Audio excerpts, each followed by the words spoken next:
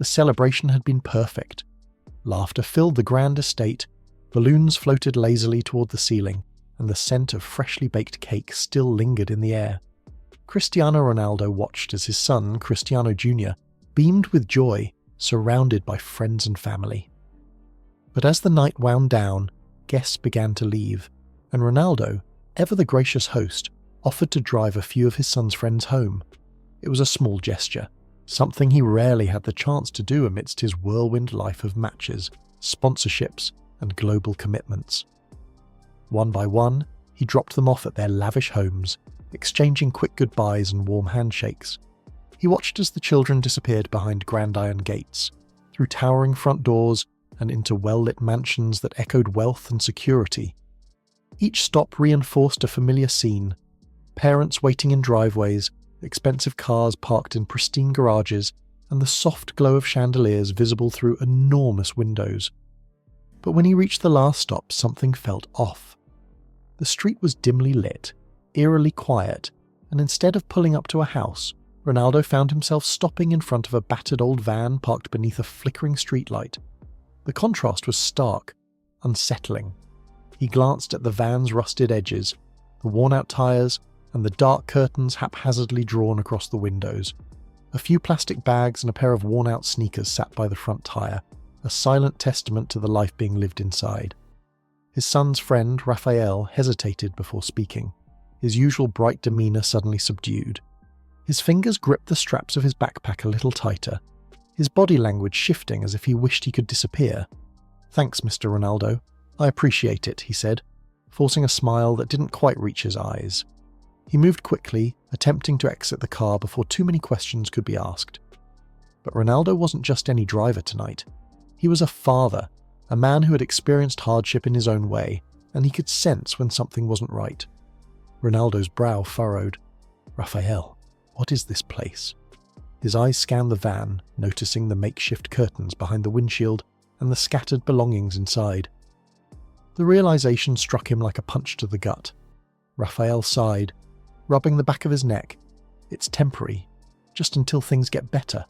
My parents, they lost the house a while ago. We're managing. Don't worry about it, sir." Ronaldo felt his chest tighten.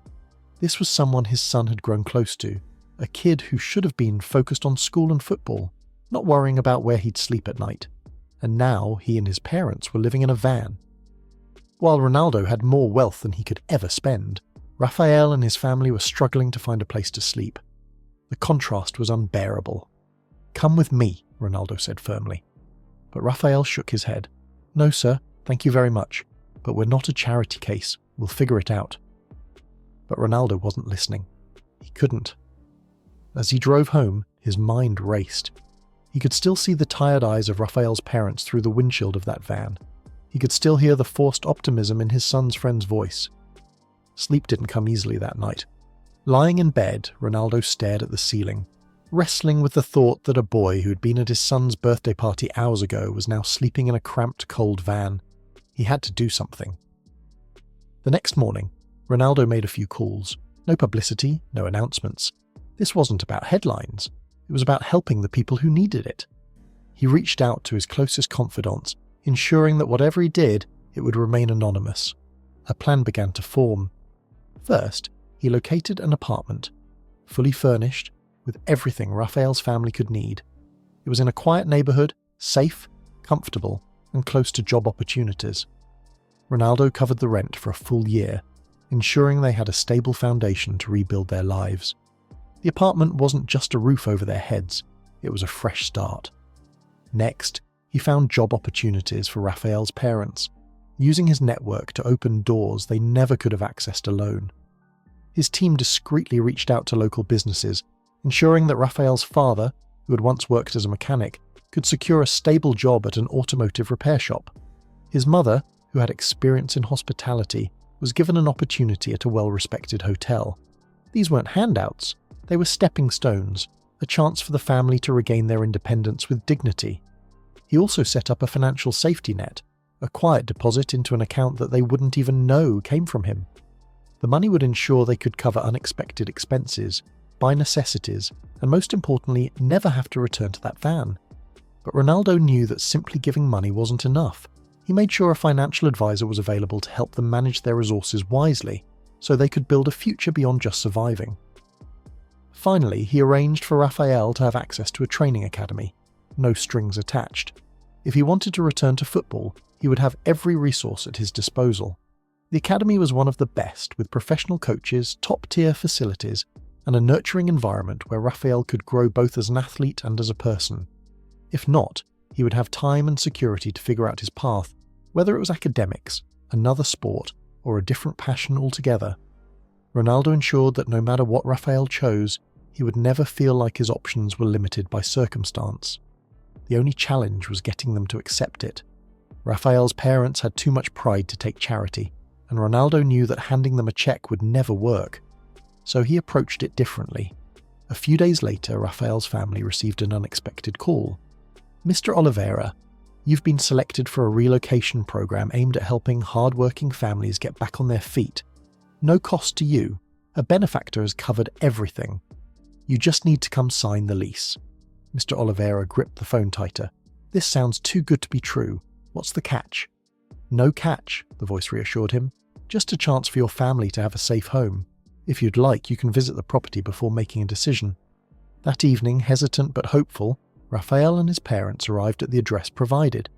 Instead of the usual parking lots and cramped conditions they had grown used to, they stood in front of a recently built apartment building. An agent met them at the door, greeting them warmly before leading them inside. The apartment was fully furnished, the kitchen stocked with essentials and the bedrooms cozy and welcoming. Mrs. Oliveira ran her fingers over the clean countertops, her eyes welling up with tears. Raphael remained silent, taking it all in, still unsure if this was real.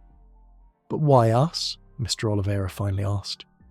The agent chose her words carefully, because sometimes good people go unnoticed, and sometimes the right person sees them and decides to help.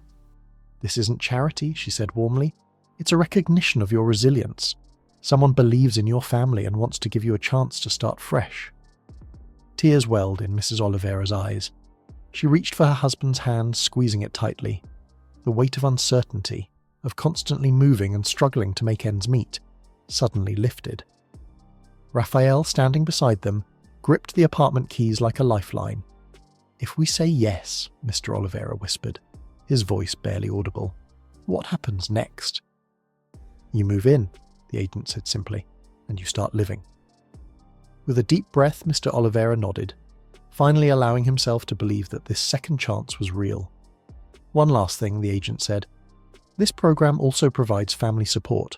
Another officer will reach out to explain its benefits, including job opportunities, financial assistance, and youth services." The family was stunned, unable to believe what they were hearing, and tears of joy streamed down their faces. In the blink of an eye, their entire life had changed, and this time it was for the better. Later that night, Ronaldo received a text from Raphael. It was just one sentence. "I don't know how, but thank you so much." He didn't need the credit. He didn't need the gratitude. Seeing his son's friends safe, his family secure, that was enough.